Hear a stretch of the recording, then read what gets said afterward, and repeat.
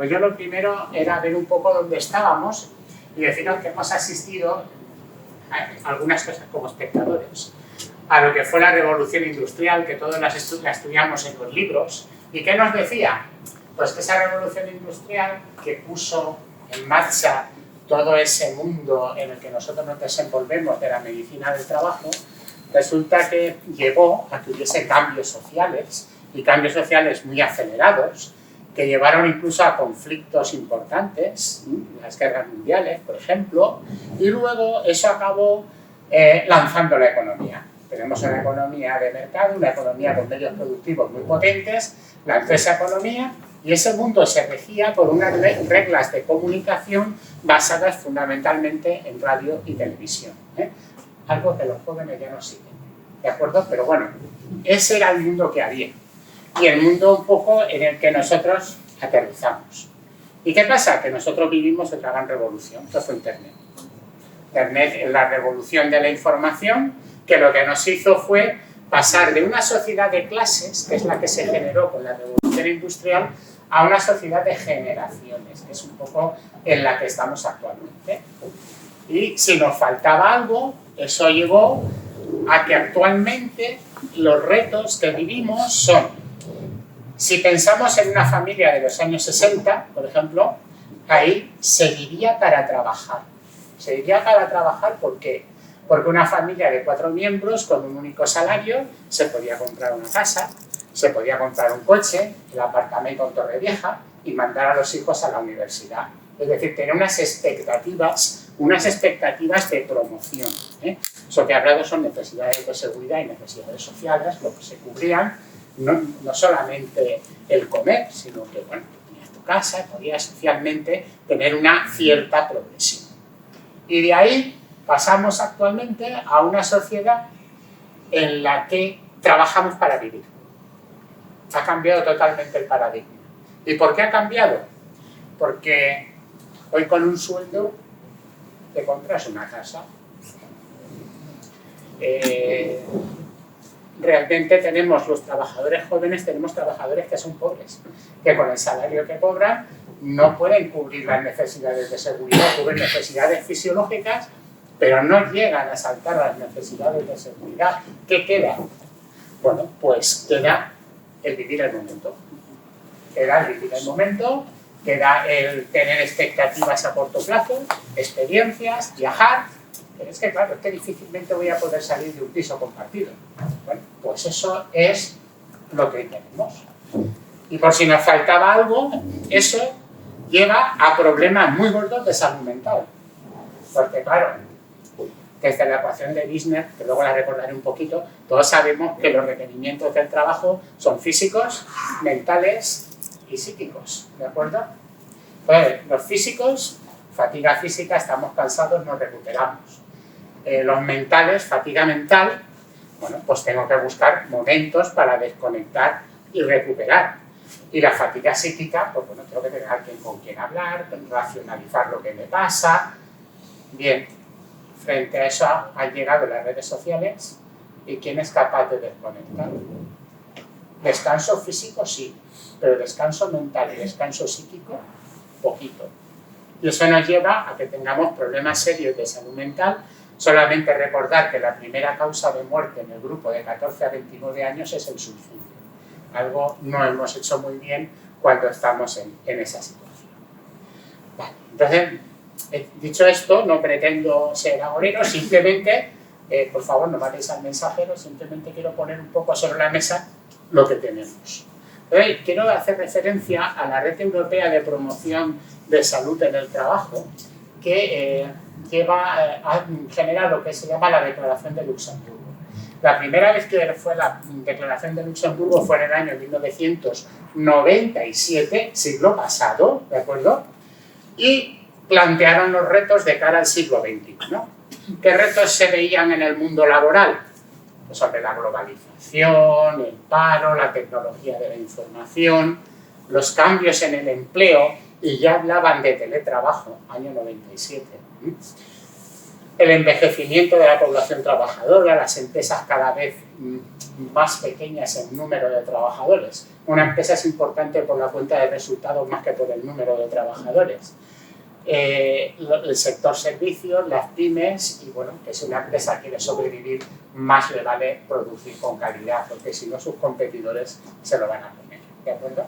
Entonces, esta misma red europea, en 2018, ha revisado esa declaración de Luxemburgo. ¿Y qué nos ha dicho? Bueno, pues ha mantenido cosas que ya sabíamos, los tipos de empleo, el paro, la productividad, el sector servicios, las empresas pequeñas, la calidad, pero ha introducido tres cosas que yo creo que son importantes. Lo primero, que estamos en un entorno global, cambiante y competitivo. Creo que lo tenemos todos más o menos claro. Hablo de 2018, ¿eh? Hablaba de la industria 4.0, con las nuevas tecnologías, las TIC, el Big Data, la inteligencia artificial, esto que ya nos viene. Y luego, algo que tenemos a nivel social en nuestras empresas, que es que tenemos una población trabajadora que va a ser muy diversa a nivel de edad, porque se retrasa la edad de jubilación, cada vez vamos a tener más trabajadores mayores en nuestras empresas y nadie ha pensado en la prevención de esos trabajadores mayores. Diferente composición en género de las empresas, ahí sí que hablamos de prevención con perspectiva de género, pero de prevención con perspectiva de edad no hablamos. De momento no hablamos, pero nos tocará hablar. Y sobre todo lo que es la capacidad funcional, que van a entrar personas, se van a mantener en las empresas, personas con capacidades funcionales, no vamos a decir menores, sino diferentes, ¿de acuerdo? Son personas que al prolongarse la edad, las capacidades físicas y mentales no van a ser las mismas a los 25 años que a los 60. Y encima vamos a tener personas que el sistema va a querer recuperar después de patologías, que ahí es donde entramos en el retorno al trabajo. Vamos a tener personas que nos van a volver. Bien, pues en esas situaciones donde estamos, yo creo que lo han vuelto a clavar, con su declaración han vuelto a clavar un poco la situación donde estamos. ¿Dónde estamos? Una economía cada vez más potente, donde las empresas lo primero que miran son los resultados económicos. Económicamente puedo ir hacia adelante, tengo problemas. Si tengo problemas económicos, lo primero es cómo lo soluciono y luego ya veremos qué hago. Luego, eso dentro de la estructura social que hemos comentado, que no es ni más ni mucho menos fácil, con una estructura productiva cada vez más compleja, dentro de una geopolítica que para qué vamos a hablar y con lo que hemos dicho de salud mental. Y si nos faltaba algo, llegó la tercera revolución, que es la inteligencia artificial. ¿De acuerdo? Esto tiene aspecto de ser una revolución tan importante como la revolución industrial. Aquí el que no coja el tren está perdido. ¿De acuerdo? Estamos ahí y eso nos lleva a que las poblaciones vayan evolucionando, pero teniendo esto presente, con unas nuevas tecnologías y con unos cambios en el tejido productivo que van a ser muy importantes. La inteligencia artificial no es que vaya a hacer las cosas sola, es una herramienta. Tendremos que saber usarla, tendremos que saber integrarla y va a llevar a cambios en el sistema productivo. Lo que son trabajos de tipo repetitivo, lo que son trabajos pues simplemente de analizar grandes volúmenes de información, eso lo va a hacer la IA mejor que nosotros. Nosotros tendremos que pensar, ¿de acuerdo? Entonces, ahí es la situación en la que nos encontramos. Y con una pirámide poblacional que es cualquier cosa menos una pirámide. Por ahí vamos los baby boomers, que vamos caminando hacia los momentos de la jubilación, con una base del sistema que se estrecha. Una base del sistema que se estrecha. Bueno, pues habrá que ser creativos para llevar ese sistema adelante y tener presente eso, que los 65 años de jubilación se pusieron en la España de 1919, que fue cuando se creó el retiro obrero. La esperanza de vida no superaba los 55 años, suerte si cobras. La esperanza de vida actual son 84, si te jubilas a los 65 vas a cobrar prácticamente 20 años. Deja el sistema, tengo un incremento de gasto.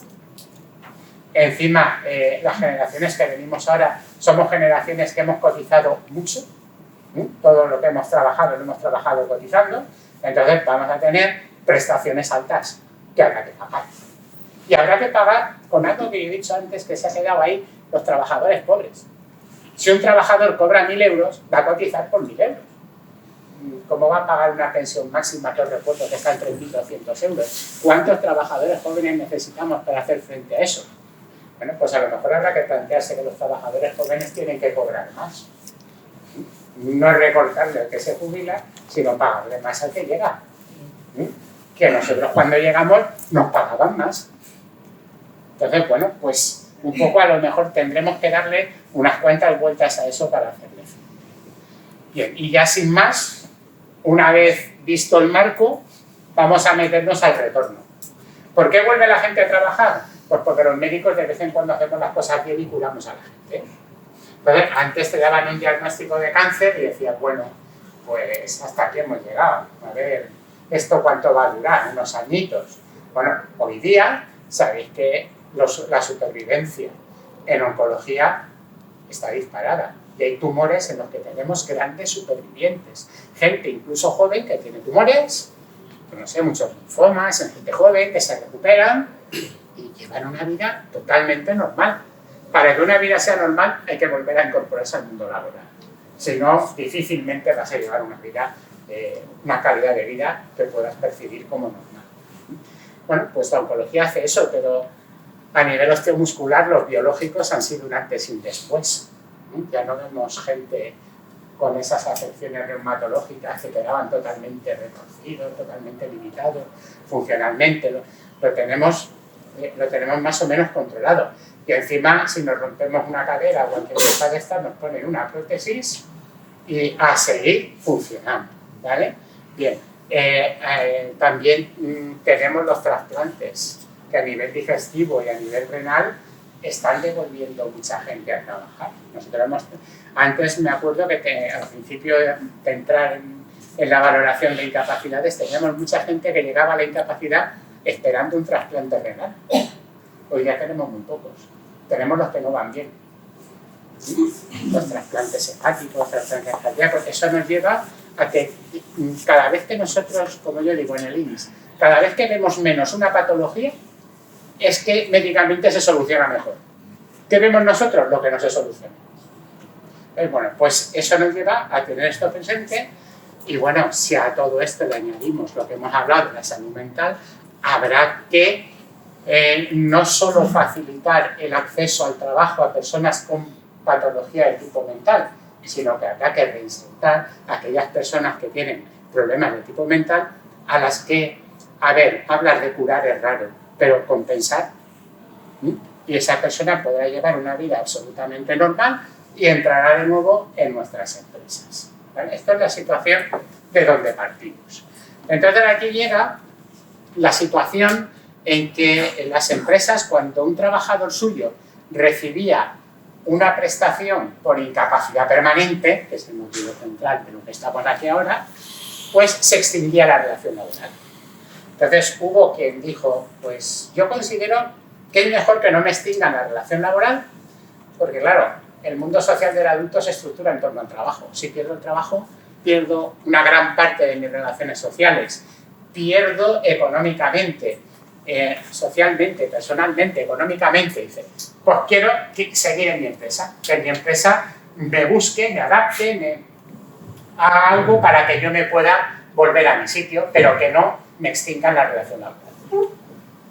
En principio la jurisdicción española le dijo que no, acabó en el Tribunal de Justicia de la Unión Europea, en el Tribunal de Justicia de Luxemburgo, ¿y qué pasó? ¿Qué dijo el juez? Pues lo que dijo es que es contrario al derecho europeo extinguir la relación laboral por una situación de incapacidad permanente.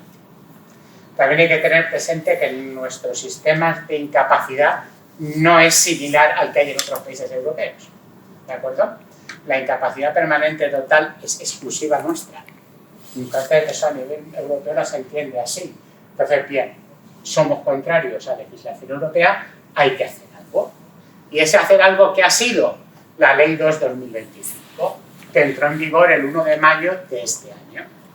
Y esa ley ha llegado y en las empresas os vais a encontrar con esta situación. Lo mismo que nos encontramos nosotros en Seguridad Social. Todos estamos aquí metidos. ¿Qué sucede? Pues que ahora una persona puede tener una incapacidad permanente total, una incapacidad permanente absoluta o una gran incapacidad. Aprovecharon para cambiar el nombre de la gran invalidez por gran incapacidad, ¿de acuerdo? Entonces, en cualquiera de esas tres situaciones, la persona tiene 10 días para llegar a su empresa y decirle: oiga, que yo no quiero que se extinga la relación laboral, quiero que usted me adapte a mi puesto de trabajo. Y si no se puede adaptar, que me cambie usted de puesto.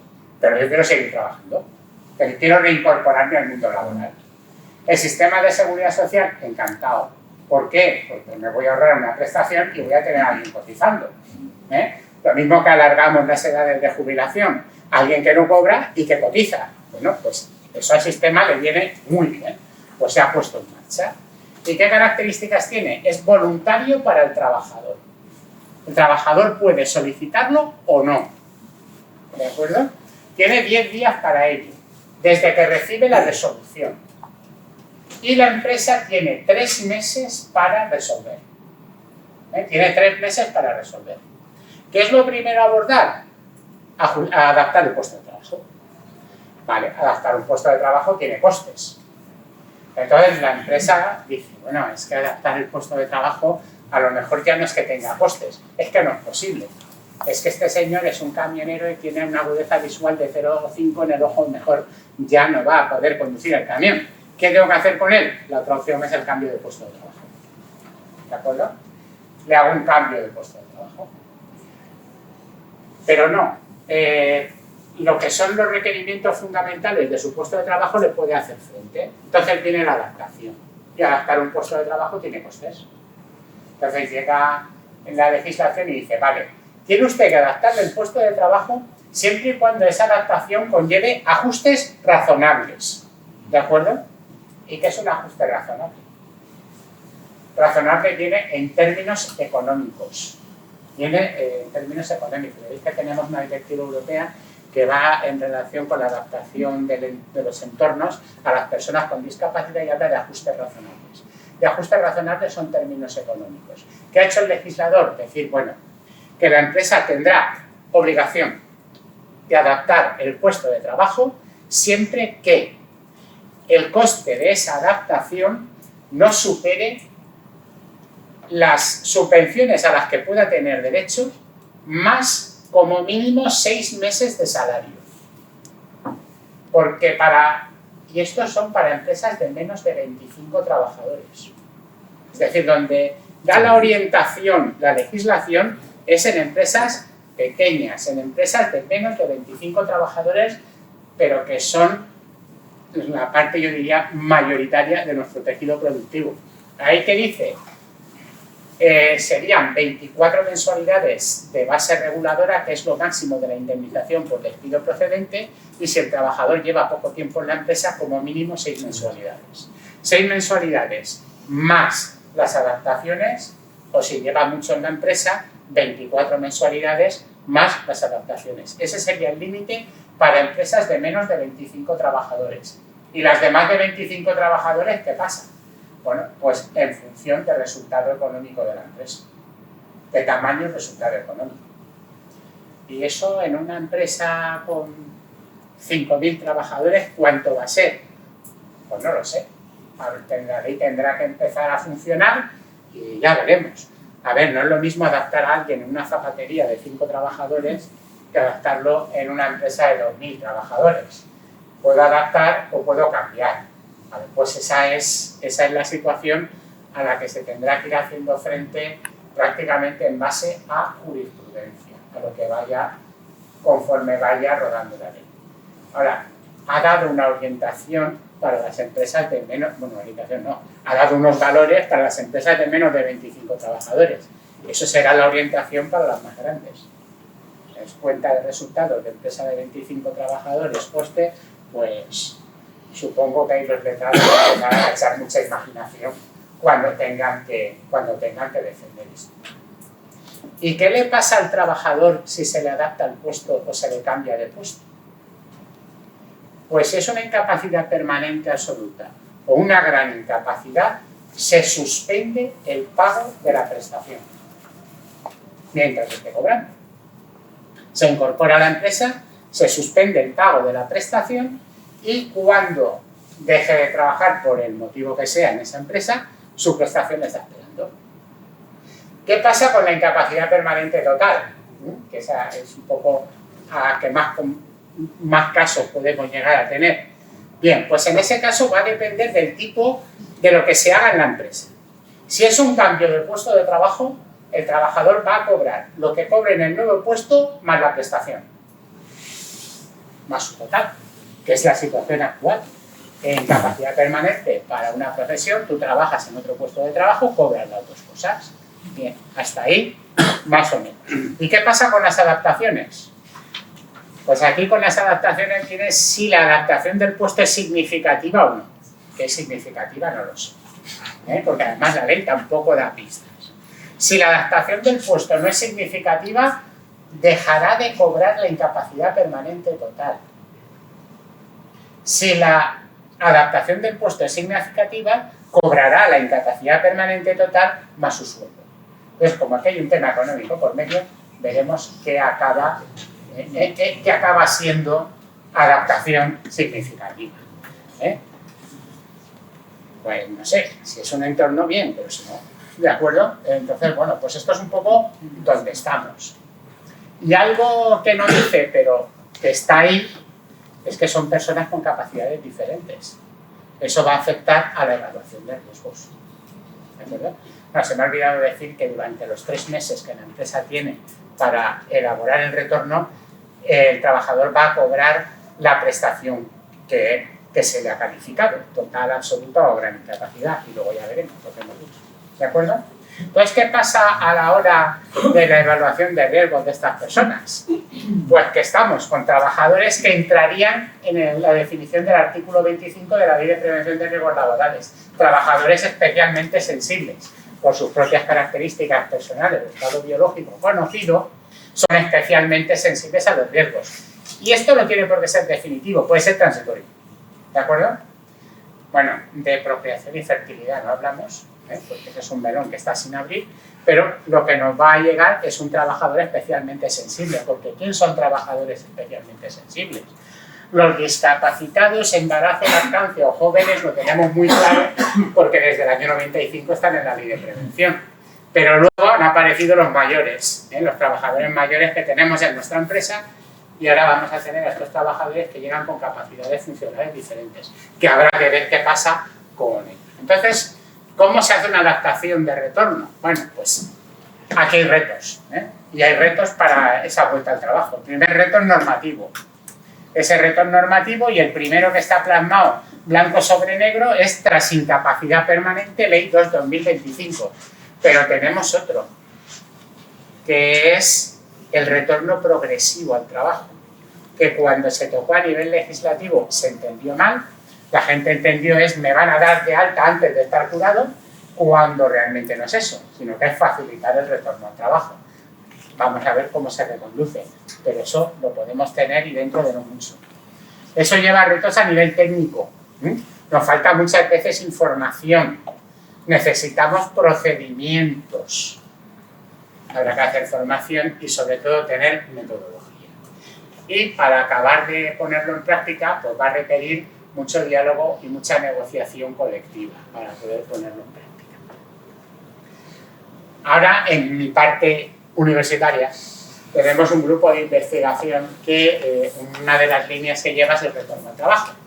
Y ahí lo que hemos hecho ha sido elaborar, lo primero, para la información, un buscador de subvenciones. Que si os metéis ahora está bloqueado porque va a tener inteligencia artificial. Porque, claro, buscar entre todos los boletines oficiales del Estado, todos los diarios de las comunidades autónomas y todas las prestaciones públicas o privadas que existan, lleva su aquel. Entonces, claro, al principio se puso en marcha con un grupo de personas, pero si lo quieres mantener de cara al futuro, tiene que estar automatizado. Toda esa carga legislativa que sale es muy importante. Se puede entrar y de momento está activo hasta el 24, creo que hasta el 24 deja, y tú buscas por qué ámbito quieres, si quieres ámbito autonómico, ámbito nacional, qué ámbito buscas, si quieres cualquier tipo de ayuda, si son ayudas a la adaptación de puestos, son ayudas al retorno, bueno, pues eso lo vas buscando y te lo va dando. Eso es lo primero, la información. Y lo segundo que nos planteamos fue darle vueltas a cómo volver al trabajo. Y lo que nos ha salido es eso lo tenéis en la web. Que son los actores, el trabajador, la sociedad, la empresa y el servicio de prevención. Fijaros que 4 actores. La persona, que la volvemos loca desde la seguridad social, que encima tiene todo el problema de la patología que tiene, que muchas veces no entiende ni el diagnóstico, y sobre todo cuando le llegan las resoluciones del INS tiene que pedir ayuda para que se las ayuden a entender, ¿de acuerdo? Entonces, bueno, pues que tiene todos esos problemas, habrá que ayudarla. Ahí están las mutuas que tienen que controlar la incapacidad temporal, que tienen que facilitar el retorno, pero que no tienen, yo creo que no tienen muy claro ni cómo. Luego tenemos, cuando llega esa persona a la empresa y la empresa dice, bueno, ¿yo qué hago ahora con esta persona? Bueno, pues tiene la herramienta para que sus recursos humanos puedan buscar posibles subvenciones, ayudas, demás. Ahí los agentes sociales tienen un papel fundamental. Y ahí estamos hablando de la necesidad de una figura que es un gestor de retorno al trabajo, que sea una figura de consenso que, digamos, medie un poco entre el trabajador y la empresa y le facilite la vuelta. Y luego, claro, la metodología que va a tener que usar el servicio de prevención para adaptar el puesto, que va a ser cruzar capacidades y requerimientos. Entonces, bueno, capacidades y requerimientos para la metodología lo tenemos todos claro. Los requerimientos que dijimos al principio desde business los tenemos muy claros, mentales por manejo de datos, emocionales por personas y físicos por cosas. Y esto que os dejo aquí es una idea, un poco es patronoro, es el método del TOMIS, que viene de los años 70, que se lo inventaron los rehabilitadores alemanes y que funciona muy bien. ¿Por qué? Porque tiene un perfil de capacidades que rellena el médico de manera anónima, que se cruza con un perfil de requerimientos que son los mismos y que se valoran de la misma manera. Se ven los puntos de discrepancia y cómo adaptar. Todo esto está evolucionando, cada vez hay más metodologías y bueno, nosotros también estamos trabajando en una. Entonces, ¿qué pasa en el fondo? Pues que lo que se van a cruzar son requerimientos y capacidades para que la empresa lo pueda adaptar. Deciros que, por ejemplo, cuando en la Seguridad Social australiana, cuando a alguien se le hace la valoración de incapacidad, el informe termina con un resumen de capacidades. De momento solo físicas y mentales. Mentales 4 y muy limitaditas. Que sirven un poco de orientación en todo este galimatías que yo no sé si os he traído respuestas a más preguntas todavía y que muchas gracias por aguantar. Bueno, pues buenas tardes a todos. Agradecer también a la Sociedad Valenciana de Seguridad y Salud en el Trabajo la invitación. Y bueno, después de la exposición del doctor Rafael Lobato, pues que ha entrado tanto en materia, yo lo que voy a presentar es unas pequeñas conclusiones acerca de un estudio que se ha realizado sobre la incapacidad temporal y la siniestralidad en España y que empiezo a presentaros. Deciros que en Univale Activa llevamos más de 25 años investigando el fenómeno del absentismo por incapacidad temporal. Y de forma repetitiva nos surgía una pregunta que es ¿por qué ante una misma patología hay personas que deciden ir a trabajar y personas que no van a trabajar? Esto en el año 2004 a lo que nos llevó fue a contactar con el doctor Agustín Peiró, catedrático de Psicología de la Universidad de Valencia, y se inició un estudio, y en este estudio descubrimos que de todas las bajas laborales hay bajas que tienen una justificación muy clara y bajas que son fraudulentas.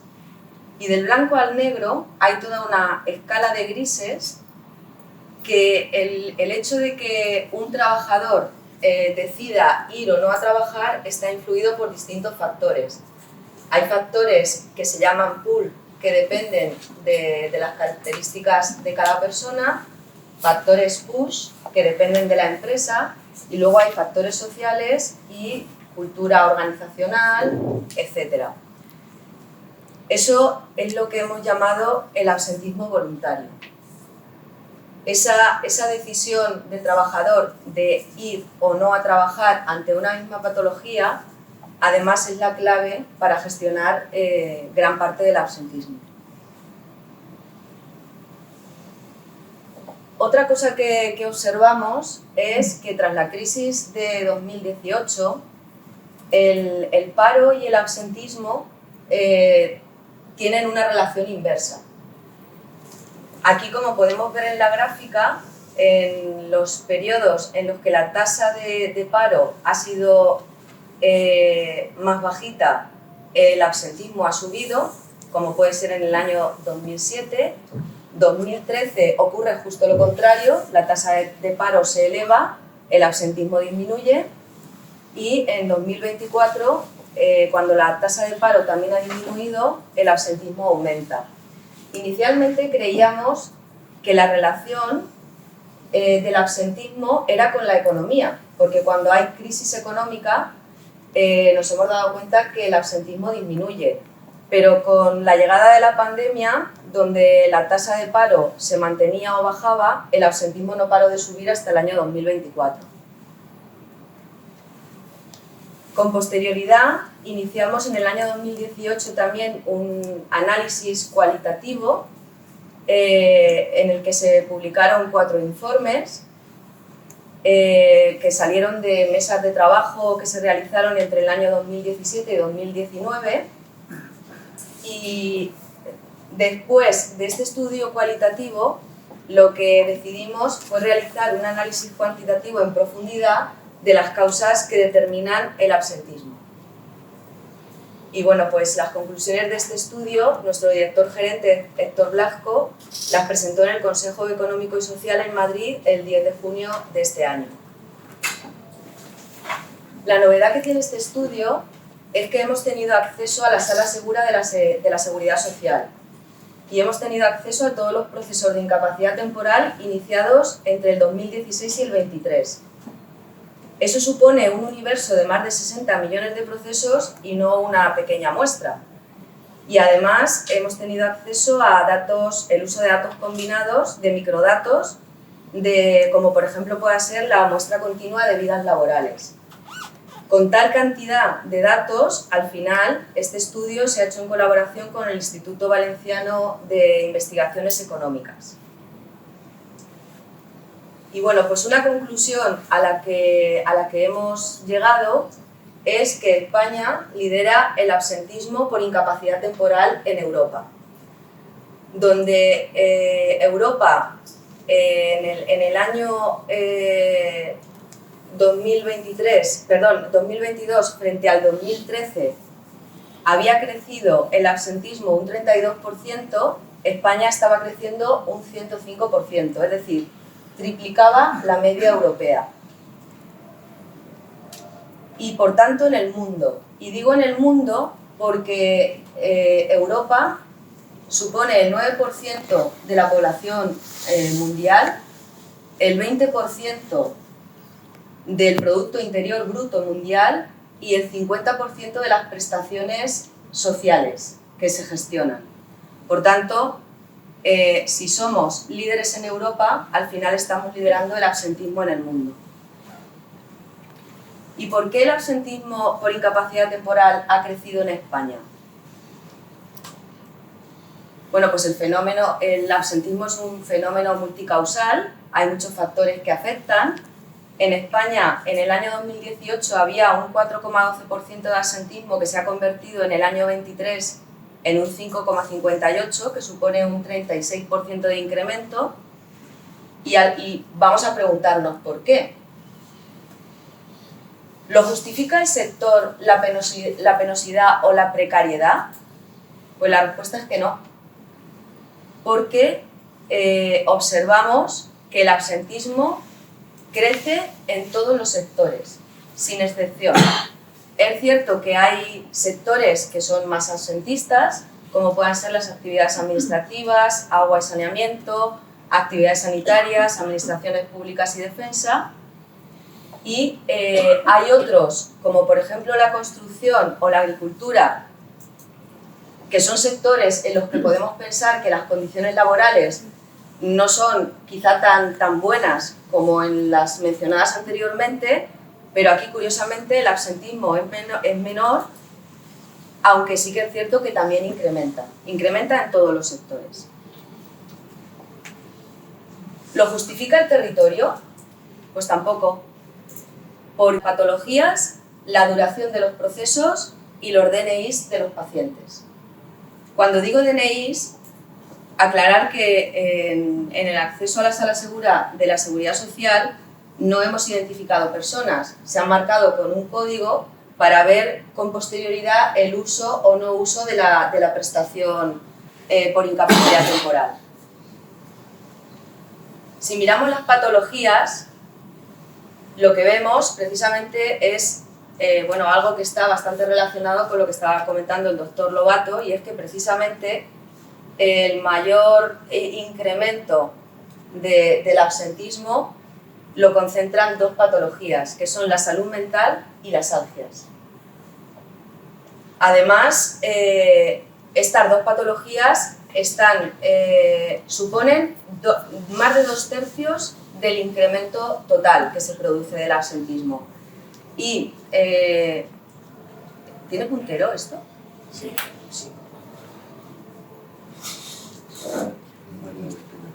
Es que tiene mucha intensidad la pantalla. No sé. Vale. Bueno, pues simplemente en el diagrama de barras, ahí podemos ver que el absentismo que supone tanto las algias como la salud mental supone el 50% del absentismo que en este momento hay en España.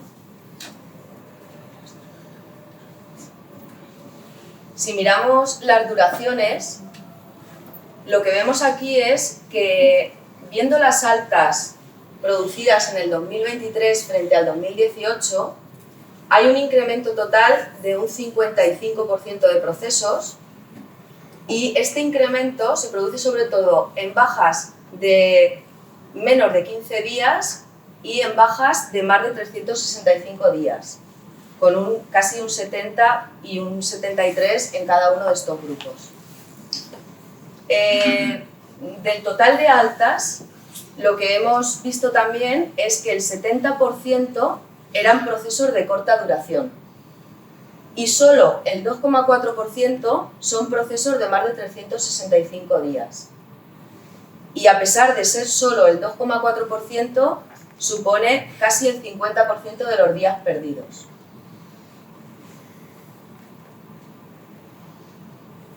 Cuando miramos los procesos que están en activo de más de 365 días, pues se vuelve a repetir. Lo que vemos es que las algias son las patologías con mayor prevalencia y que el mayor incremento se produce en salud mental, en largas duraciones.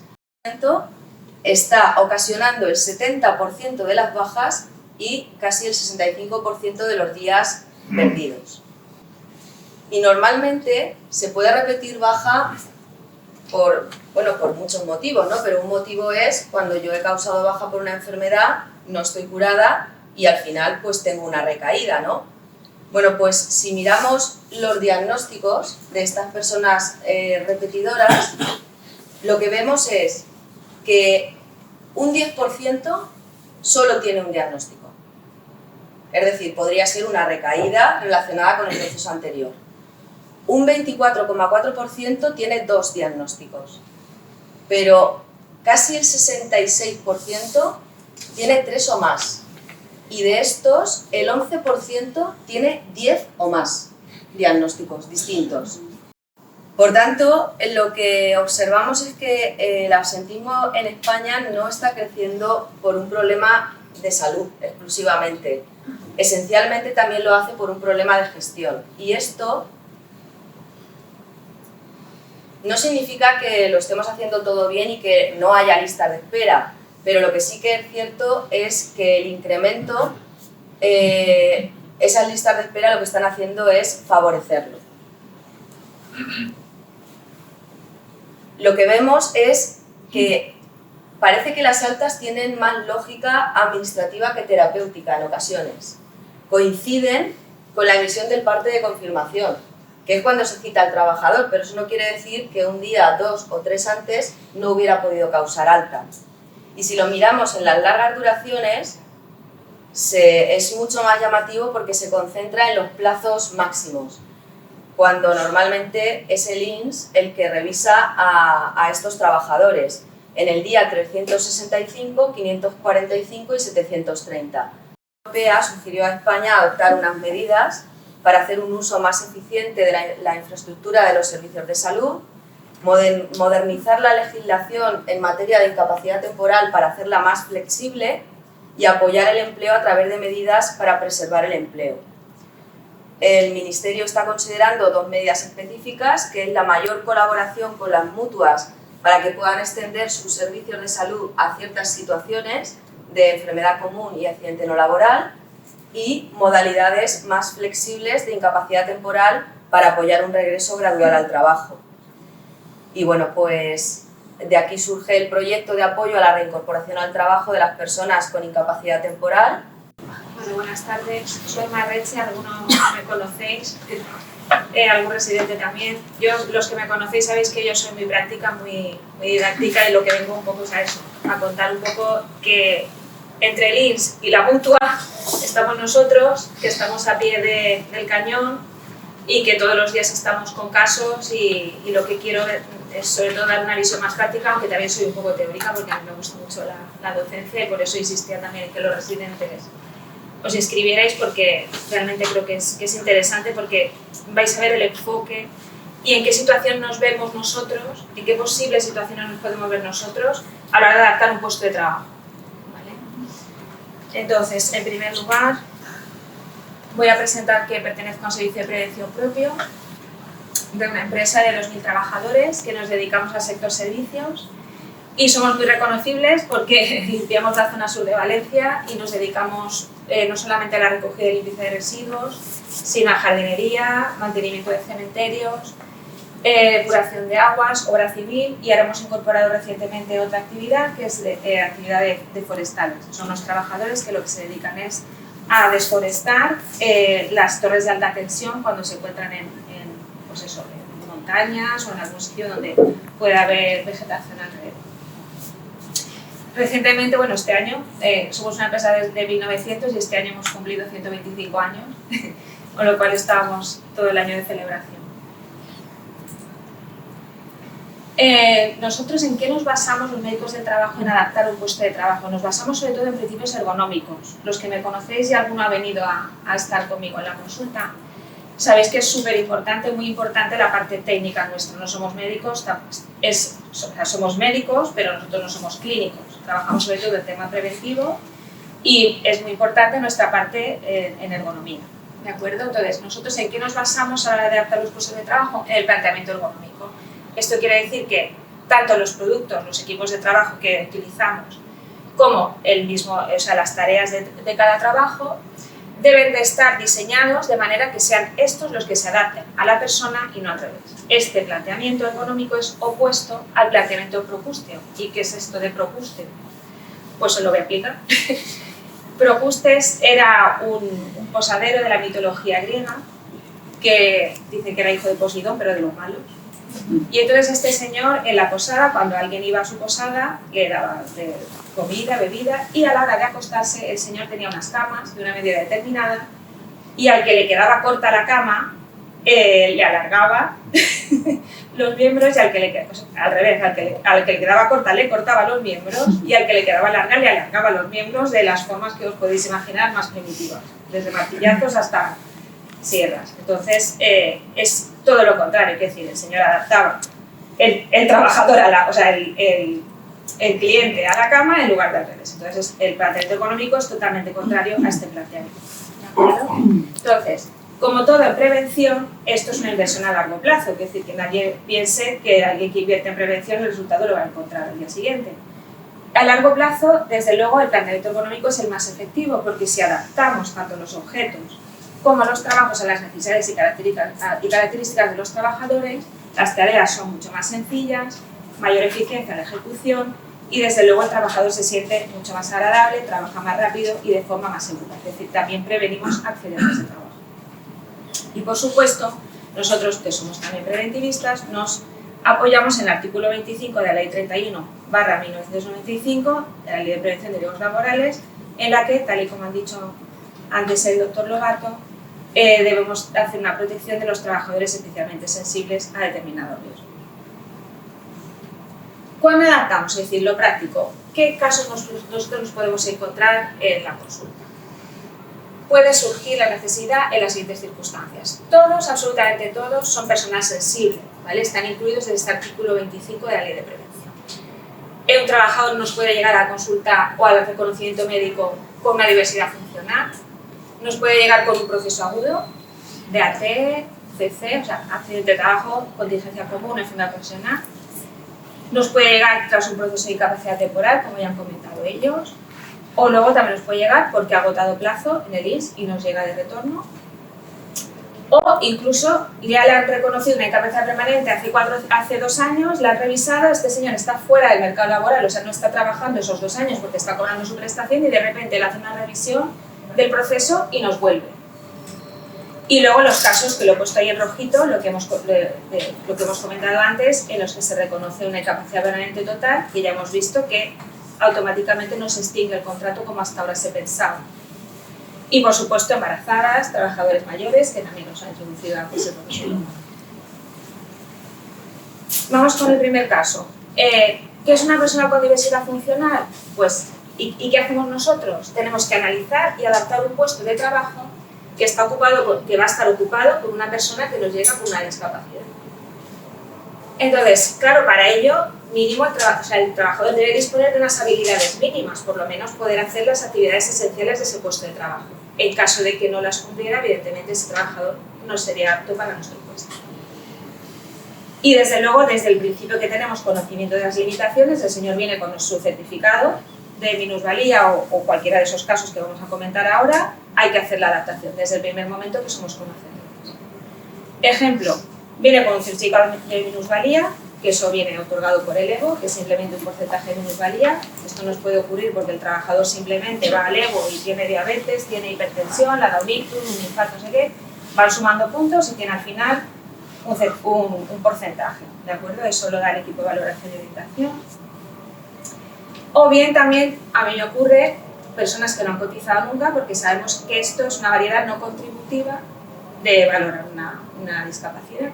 Entonces viene gente que no ha trabajado nunca, chavales de 18 años no han trabajado nunca, te viene con un certificado 65%, cobra una no contributiva, pero esa persona, igual su puesto de trabajo, puede incorporarse, en ese caso se suspende la prestación, como ha comentado antes el doctor Lobato, y entonces si empieza a trabajar, se suspende la prestación y cuando se extingue la relación laboral, retoma la prestación.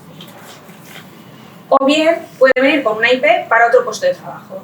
No, es que yo voy a peón de limpieza y resulta que tengo una incapacidad permanente total para peón de chapista, de una fábrica de chapas. Ojo con esto, porque vale, mi puesto de trabajo es peón de limpieza diaria, tengo una incapacidad para chapista, pero a veces nos viene en el informe del EBI, del INS, que no puede realizar manejo de cargas, no puede realizar hiperflexión forzada de lumbar, cualquier historia. Puede ser asimilable a mi puesto de trabajo, es decir, hay que tener cuidado con eso porque aunque automáticamente podría trabajar, pero cuidado porque los riesgos pueden ser similares y las limitaciones podrían ser similares, con lo cual también nosotros nos tendríamos que mojar ahí, ¿eh? O bien viene alguien que algo es evidente, a mí me ha pasado, no, oiga, a usted le faltan 2 falanges distales, sí, y usted tiene alguna minusvalía. No, es que esto nunca he ido a ningún sitio para que me lo evaluaran y no ha sido trabajando tampoco y nunca ha ido a que me lo evaluaran, pero tiene esa limitación. Es evidente, pero no está reconocido. Entonces, a mí, uno de los casos que a mí me ha podido ocurrir, pues un caso de peón de limpieza, voy a trabajar de peón de limpieza, ya, pero usted, pues eso, una incapacidad permanente total para peón de una fábrica de chapas o de maderas o lo que sea. Es que aquí manejamos cargas, es que aquí hacemos posturas forzadas, movimientos repetitivos, etc. Es asimilable esos riesgos.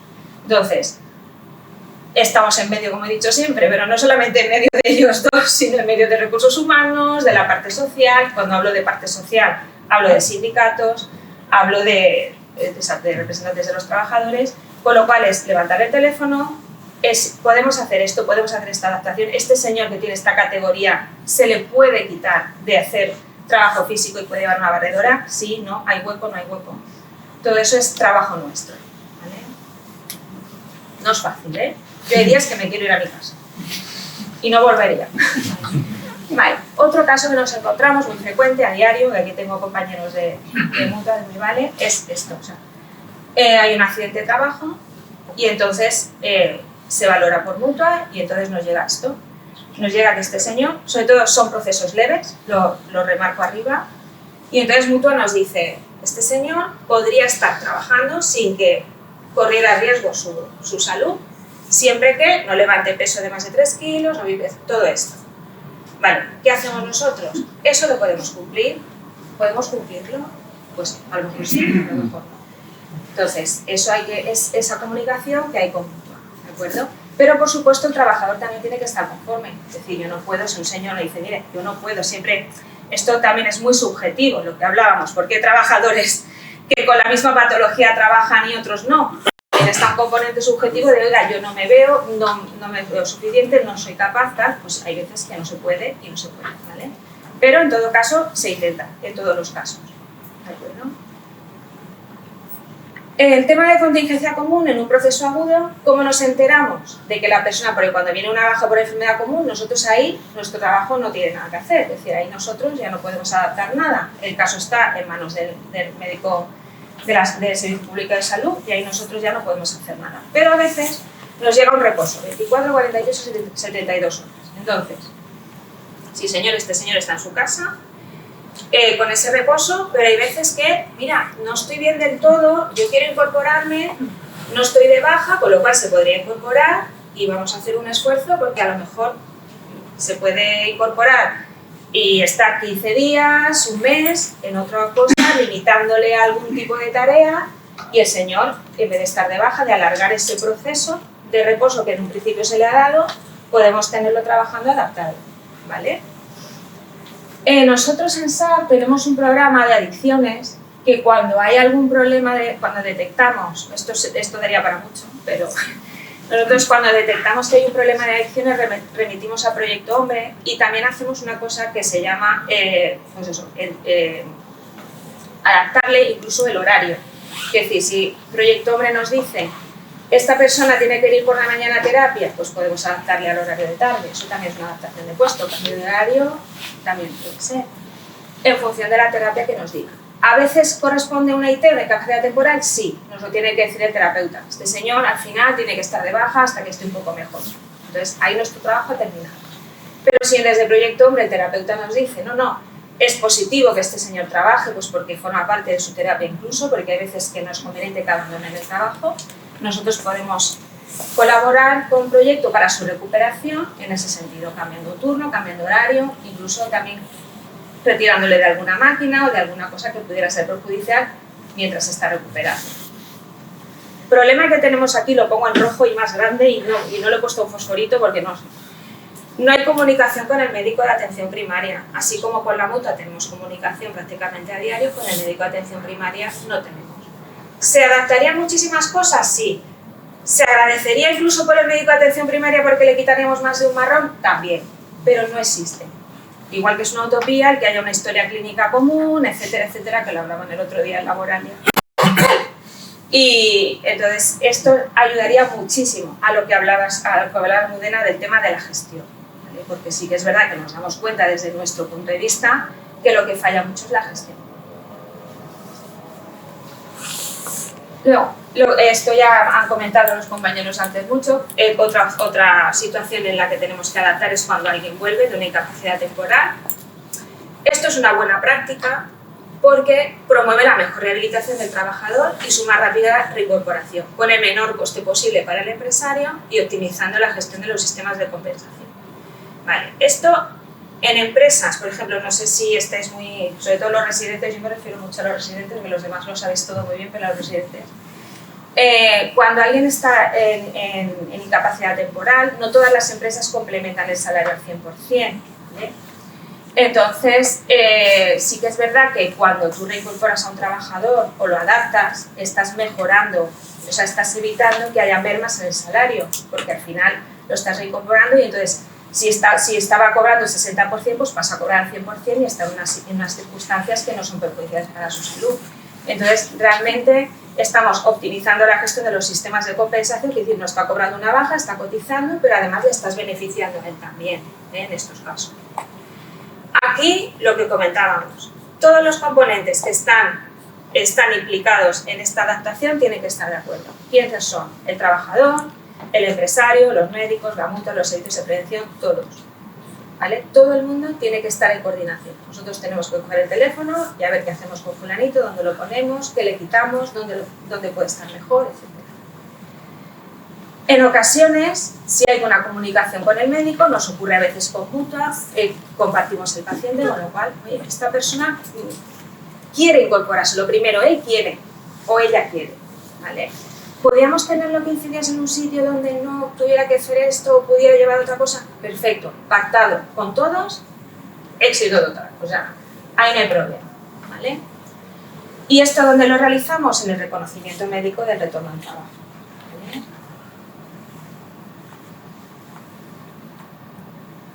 ¿Por qué es tan importante esto? Lo he comentado también desde el punto de vista económico, pero sí que es verdad también que se ha visto que cuando una persona lleva muchísimo tiempo fuera del trabajo, luego es muchísimo más difícil recuperarlo. Es decir, la persona como que está desentrenada, ya está como... le cuesta muchísimo más recuperarse, incluso va con más miedo cuando vuelve al trabajo. Piensa que no está al 100% de sus capacidades, etc. Entonces, por eso decimos que la inactividad prolongada actúa en detrimento de la recuperación. ¿Vale? Cuanto más tiempo está el trabajador de baja, menos es la probabilidad de que vuelva a trabajar, por esa razón. Por supuesto, yo voy a adaptar a una persona y claro, el compañero a lo mejor está más sobrecargado durante ese tiempo que de lo normal, con lo cual el compañero tiene que estar apoyándolo, debe de ser conocedor que el compañero que tiene al lado está en una situación de adaptación porque acaba de llegar y entonces tiene que asumir que durante un tiempo igual tiene que estar más sobrecargado. Es decir, que esto tampoco es sencillo. Y el mando intermedio lo mismo, también tiene que ser conocedor de que ahora va a tener un colaborador con él que no va a estar al 100% y lo va a tener que asumir y que a lo mejor va a tener que obedecer a las limitaciones que nosotros le hemos puesto desde el servicio de prevención. Que no somos los malos, ellos saben más que nosotros. Eso lo vais a encontrar los residentes, lo vais a encontrar siempre. Es igual pegaros, yo me pego, no pasa nada. Siempre es positivo para el trabajador porque también es muy importante instaurar esa cultura de empresa de que estar enfermo no equivale a estar de baja, ¿vale? Y que la empresa se acostumbre, o donde estéis ejerciendo, a que es muy importante crear una cultura ergonómica, ¿vale? Y sí que es verdad que los poquitos ejemplos que os he puesto, si os dais cuenta, tampoco supone un gasto excesivo para la empresa. Es decir, estamos hablando de un cambio de horario, de un cambio en equipos de trabajo, estamos hablando de pequeñas modificaciones, es decir, tampoco supone un gasto excesivo que digas, es que la empresa no lo puede asumir. Está claro que una empresa de 2.000 trabajadores lo va a asumir mejor que una de 25, pero si rascamos un poquito nos damos cuenta de que realmente pensando y hablando y pactando sobre todo, podemos conseguir una adaptación que no sea tampoco de una carga excesiva para la empresa. 2025,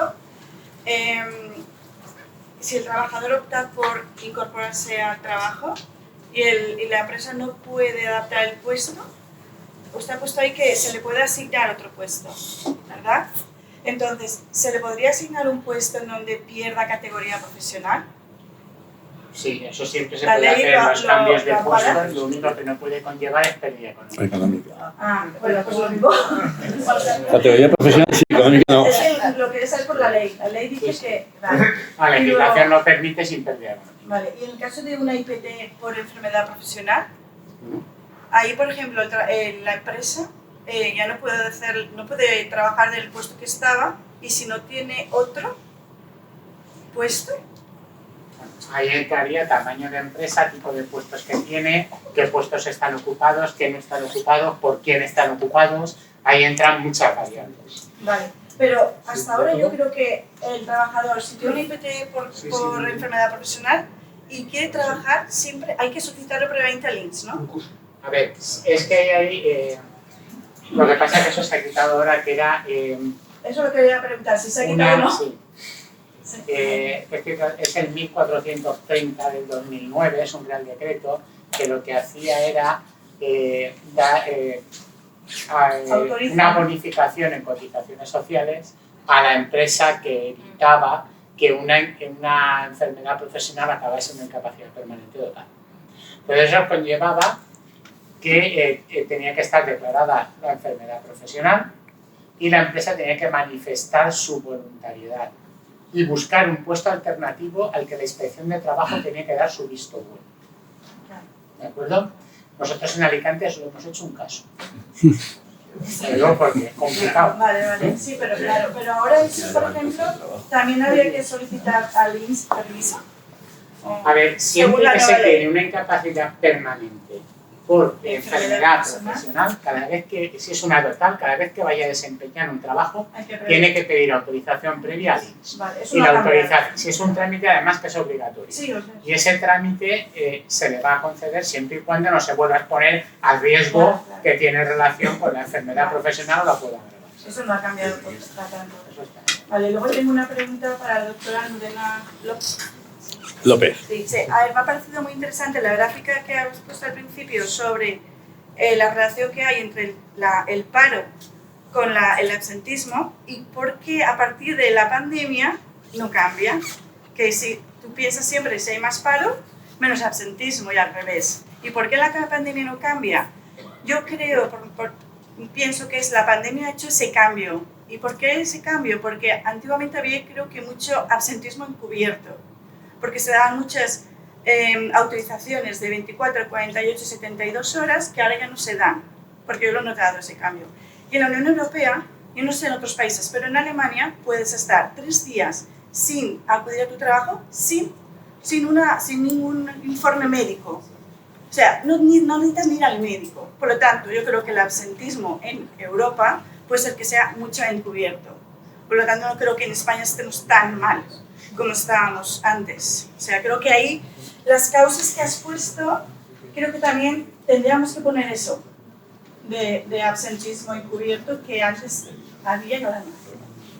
De todas formas, sí que sí, en la época de la pandemia sí que sigue existiendo la relación inversa entre paro y tasa, y la tasa de paro y el absentismo. Sí, claro. Eso sí, en todos los países, claro. Lo que no hay es una relación con la crisis económica, porque con la pandemia también hubo una crisis económica muy importante y sin embargo el paro no bajó. Lo que hizo fue seguir subiendo hasta 2024 hasta alcanzar un 5 y pico. Pero sí que es verdad que a raíz de la pandemia, por ejemplo, tú ibas al médico, tenías COVID y no te daban 3 días de absentismo, o sea, de reposo, te daban la baja. Entonces eso sí que es un absentismo real, que antes no había. Antes muchas veces, porque lo he visto, te daban justificantes de 24, 48, 72 horas, que ahora ya tú los pides y el médico de cabecera dice que es ilegal. Incluso han dicho eso, que eso ya no es legal. Nos llegan todos los días 25. Bueno, puede ser, pero depende, por ejemplo, en Cuart de Poblet no lo hacen. Depende a lo mejor del centro de salud. O del médico. Pero sí que... Es que desde la pandemia la atención primaria ha cambiado mucho. Es decir, ya no hay tanta presencial, sino mucho cita telefónica, y eso modifica muchísimo todos estos aspectos.